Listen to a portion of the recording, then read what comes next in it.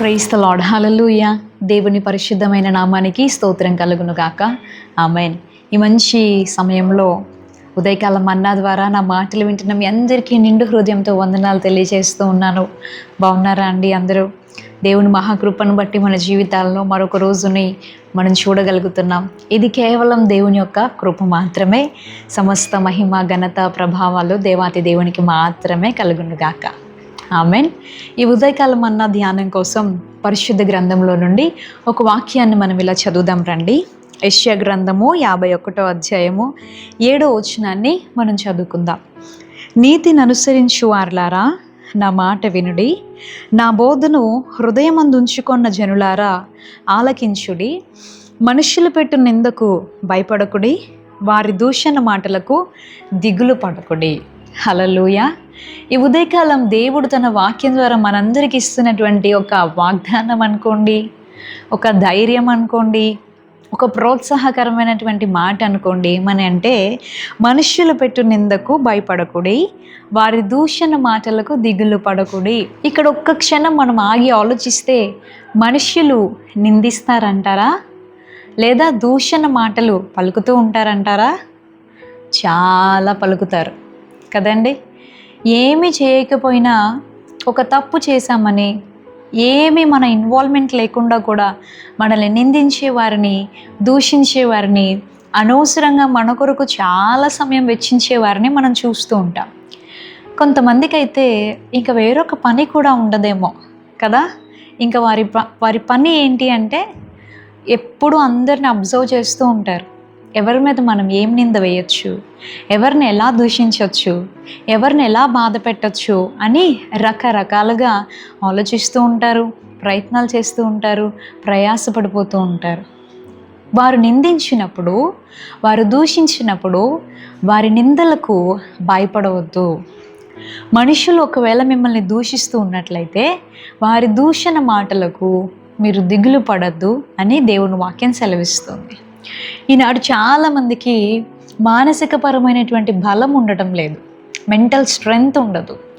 దానివల్ల ఏమవుతుందంటే, ఎవరో ఏదో మన గురించి లేని దాన్ని కల్పించారని, లేదా మన మీద ఒక నింద వేశారని మనకి వినపడగానే ఎవరో చెప్తారు మనకి, ఫలానా వ్యక్తి నీ గురించి ఇలా అన్నారు అని. ఎవరో చెప్తారు మనకి, నా దగ్గర ఫలానా వ్యక్తి నిన్ను ఇలా దూషించారు అని. ఆ మాటలు వినగానే వీరేమవుతారంటే డీలా పడిపోతూ ఉంటారు, కృంగిపోతూ ఉంటారు, దానికోసమే ఆలోచిస్తూ ఉంటారు.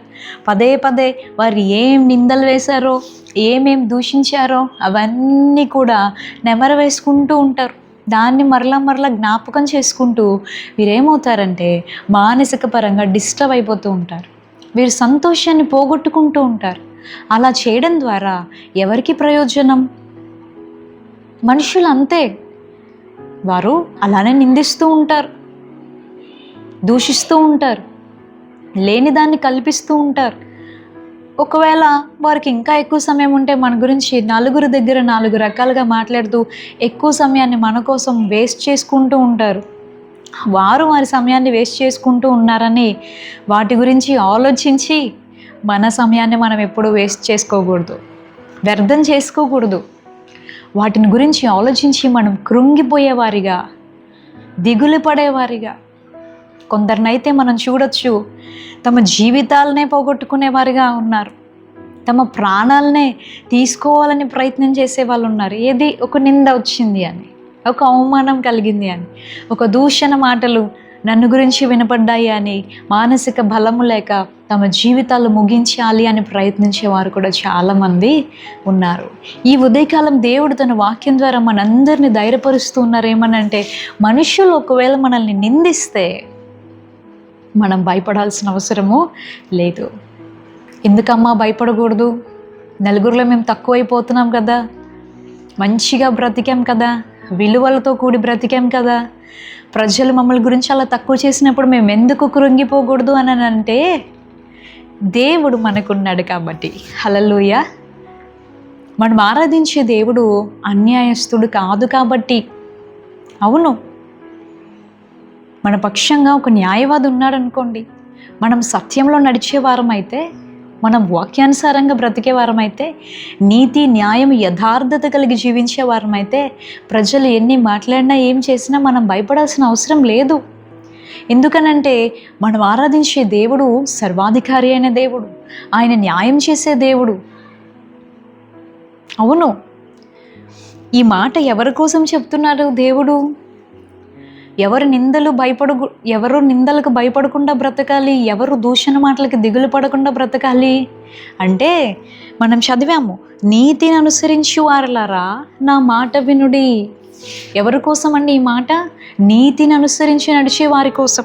అలాగే నా బోధను హృదయమందుంచుకున్న జనులారా ఆలకించుడి. దేవుని యొక్క బోధను, దేవుని మాటలను హృదయమందు ఉంచుకున్నటువంటి జనులకు దేవుడి ధైర్యాన్ని ఇస్తూ ఉన్నారు, దేవుడు ఈ ప్రోత్సాహాన్ని ఇస్తూ ఉన్నారు, ఈ వాగ్దానం ఇస్తూ ఉన్నారు. ఏమనంటే మీరు నీతి కలిగినటువంటి వారు, నీతిని అనుసరించి నడిచేవారు, నా వాక్యమును, నా బోధను మీ హృదయంలో మీరు ఉంచుకున్నారు గనుక మీరు భయపడొద్దు, మీరు దిగులు పడొద్దు. ఎందుకనంటే మనం నీతిని అనుసరించి నడిస్తే మనుషులు ఎక్కడ నిందిస్తారో అదే స్థలంలో దేవుడు మనల్ని ఘనపరుస్తారు. హల్లెలూయా. సామెతల గ్రంథంలో ఒక అమూల్యమైనటువంటి మాట ఈ రీతిలో రాయబడి ఉంటుంది. మనం ఒకసారి చదువుదాం. సామెతల గ్రంథము 13వ అధ్యాయంలో ఒక శ్రేష్టమైనటువంటి మాట సొలొమోన్ గారు చెబుతున్నారనమాట. ఏమనంటే, క్షమించండి, సామెతల గ్రంథం 14వ అధ్యాయము 34వ వచనాన్ని మనం చదివితే, నీతి జనములు ఘనతకెక్కుటకు కారణము, పాపము ప్రజలకు అవమానము తెచ్చును. ప్రజలకి అవమానాన్ని తీసుకొచ్చేది ఏంటి అంటే పాపము. ఇక్కడ ప్రజలు నిందించినప్పుడు భయపడొద్దు, వారి దూషణ మాటలకు దిగులు పడొద్దు అని దేవుడు చెబుతూ ఉంటే, పాపంలో బ్రతుకుతూ ప్రజలు నిజంగా దూషిస్తే మన జీవితము వారు నిందించడానికి, వారు దూషించడానికి ఒక అవకాశంగా ఉంటే ఖచ్చితంగా మనం భయపడాలి. ఎందుకనంటే పాపము చేసిన వారిని పాతాళం పట్టుకుంటుంది. పాపానికి తగిన ప్రతిఫలం ఈ లోకంలో వస్తుంది. ప్రజలకి కనబడకుండా 4 రోజులు మేనేజ్ చేయొచ్చు, కానీ ఏ రోజుకైనా సరే పాపం అనేది బట్టబయలు అవుతుంది. దానికి తగినటువంటి శిక్ష, ప్రతిఫలము ఈ లోకంలోనూ, అలాగే తర్వాత న్యాయ తీర్పు దేవుడిచ్చేటప్పుడు కూడా తప్పకుండా మనం ఆ పాపమునికి ప్రతిఫలం పొందాల్సిందే. పాపం చేసిన వారు పట్టబడినప్పుడు ఏం కలుగుతుందండి? అవమానం కలుగుతుంది. నలుగురిలో తలదించుకోవాల్సిన పరిస్థితి వస్తుంది. కానీ ఆధారాలతో అది రుజువు చేయబడినప్పుడు ఇంకా మనము ఖచ్చితంగా భయపడాలి, ఖచ్చితంగా దిగులు పడాలి. ఎందుకనంటే పాపంలో ఉన్నప్పుడు ఖచ్చితంగా దాన్ని తగిన ప్రతిఫలం వస్తుంది. కాబట్టి దేవునికి కూడా భయపడాలి. ఎందుకనంటే పాపము చేయి వారందరూ కూడా నరకానికి వెళ్తారు. కాబట్టి దేవుని వాక్యం సెలవిస్తుంది ఏమనంటే, పాపం వలన వచ్చు జీతము మరణము, మరణము అని అంటే నరకము, అగ్నిగుండము అని దేవుని వాక్యం చాలా స్పష్టంగా తెలియజేస్తుంది. పాపంలో ఉంటూ ప్రజలు నన్ను నిందిస్తున్నారు, ప్రజలు నన్ను దూషిస్తున్నారు, కానీ దేవుని మాట చెప్తుంది నన్ను భయపడొద్దని, దిగులు పడొద్దని. కానే కాదు, ఇది పాపంలో ఉన్నవారికి కాదు. ఎందుకనంటే స్పష్టంగా దేవుని వాక్యం తెలియజేస్తుంది, పాపంలో ఉన్నవారికి అవమానమే కలుగుతుంది, నిందలే కలుగుతాయి, ప్రజలు దూషిస్తారు. కానీ మనం నీతిని అనుసరించి నడిచేవారమైతే, నీతిగా బ్రతికే వారమైతే, దేవుని వాక్యమును మన హృదయంలో ఉంచుకున్న వారమైతే మనం భయపడాల్సిన అవసరం లేదు. ఎందుకంటే నీతి ఘనతకు కారణమవుతుంది. ఈరోజు ప్రజలకు అది అర్థం కాకపోవచ్చు, లేదా ప్రజలు మన మీద ఉన్న అసూయతోనో ద్వేషంతోనో కావాలని మనల్ని తక్కువ చేయాలని చూడొచ్చు. కానీ మనం నీతి మార్గంలో ప్రజల మాటల్ని పట్టించుకోకుండా, మనుషుల మాటలకి కదిలించబడకుండా, వారెన్ని నిందించుకున్నా, ఎంత దూషిస్తున్నా, దేవుని నీతిని మనం అనుసరించే వారమైతే, దేవుని వాక్యాన్ని మన హృదయంలో ఉంచుకొని నడిచే వారమైతే తప్పకుండా ఆ నీతి మనల్ని ఒక రోజున ఘనమైనటువంటి, ఉన్నతమైనటువంటి స్థానంలో తప్పకుండా నిలబెడుతుంది. పరిశుద్ధ గ్రంథంలో కూడా మనం యోసేపుని చూడగలం. యోసేపు ఐగుప్తు దేశంలో బానిసగా అమ్మబడిన తరువాత ఆ దేశంలో ఎంత నీతిని అనుసరించి బ్రతికాడో, ఎలా దేవుని వాక్యాన్ని అనుసరించారో మనం స్పష్టంగా చూడగలం. అలాంటి పరిస్థితుల్లో యోసేపు మీద ఒక భయంకరమైనటువంటి నింద వేయాలని అతని యజమానుని భార్య అనుకుంది. తాను అనుకున్నటువంటి రీతిలో పాపము చేయడానికి యోసేపు ఒప్పుకోలేదు కాబట్టి తను అనుకున్నది జరగని కారణాన్ని బట్టి యోసేపుని నిందించింది. యోసేపే తన దగ్గరికి పాపం చేయడానికి వచ్చాడు అని, తను మంచివాడు కాదు అని, తన క్యారెక్టర్ గురించి ఒక భయంకరమైనటువంటి నింద వేసినట్లుగా మనం పరిశుద్ధ గ్రంథంలో చూస్తాం. అయినప్పటికీ కూడా ఆ నింద భరిస్తూ కూడా, చెయ్యని నేరానికి శిక్ష అనుభవిస్తూ కూడా, ఆమె ఎలాగ నింద వేసినప్పుడు అది నిజం అనుకొని నమ్మి తన యజమానుడైనటువంటి పోతీఫర్ యోసేపుని చెరసాల్లో వేయించాడు. అయినప్పటికీ కూడా ఏమాత్రము కదిలించబడలేదు. తాను అనుసరిస్తున్నటువంటి నీతి మార్గంలో నుండి తొలగిపోలేదు. దేవుడు విడిచిపెట్టాడా? ప్రజలు నిందిస్తే, ప్రజలు నిందే నిజమని నమ్మితే దేవుడు అతని పక్షంగా నిలబడ్డాడు. ఎందుకు అనంటే యోసేపు నిందకు, దూషణ మాటలకు భయపడి దిగులు పడలేదు, కదలిపోలేదు. కానీ తాను ఏ నీతినైతే కలిగి ఉన్నాడో, ఏ వాక్యమునైతే తాను అనుసరించాడో అదే నీతిని గట్టిగా పట్టుకున్నాడు. అదే వాక్యాన్ని అనుసరించి నడుచుకున్నాడు. చెరసాలలో కూడా దేవునికి భయపడుతూ బ్రతికాడు. ఆ నీతి అతను ఘనపరచబడడానికి కారణమైనట్టుగా మనం స్పష్టంగా చూడగలం. ఏ ప్రజల మధ్యలో అయితే అతను నిందించబడ్డాడో వారి ఎదుటే ఒక ఉన్నతమైనటువంటి అధికారిగా దేవుడు యోసేపుని దీవించలేదా? దీవించాడు. మనం నీతిగా బ్రతికితే తప్పకుండా దేవుడు మనల్ని ఘనపరుస్తాడండి. ప్రజలు నిందిస్తే భయపడి దిగులు పడిపోకండి. మనం ఎలా ఉన్నామో చూసుకుందాం. మనం నీతిగా ఉన్నామా? దేవుని బోధను, వాక్యాన్ని మన హృదయంలో ఉంచుకున్నామా? దేవుడు తప్పకుండా మనల్ని ఘనపరుస్తాడు. బానిసగా ఎక్కడున్నాడో, నమ్మకంగా పని చేసినా కూడా, నిందించబడినప్పుడు చెరసాలలో వెళ్ళినా కూడా నీతిని పట్టుకోవడానికి కారణాన దేవుడు అతన్ని ఫరో తర్వాత ఫరో అంతటి స్థానంలో, ఆ దేశానికి రాజు తర్వాత రాజు అంతటి స్థానంలో, కరువులో ఆ దేశం అంతా కూడా పోషించబడటానికి ఒక ముఖ్యమైనటువంటి పాత్రగా దేవుడు యోసేపుని దీవించాడు. ప్రియ స్నేహితుడా, సహోదరుడా, ఈ ఉదయకాలం నా మాటలు వింటూ ఉండగా మీరందరూ, మనందరం కూడా ఈ మాటను నేర్చుకోవాల్సిన వారమై ఉన్నాం. మనందరం కూడా ఈ మాటను అనుసరించి నడుచుకోవాల్సిన బాధ్యత మనకుంది.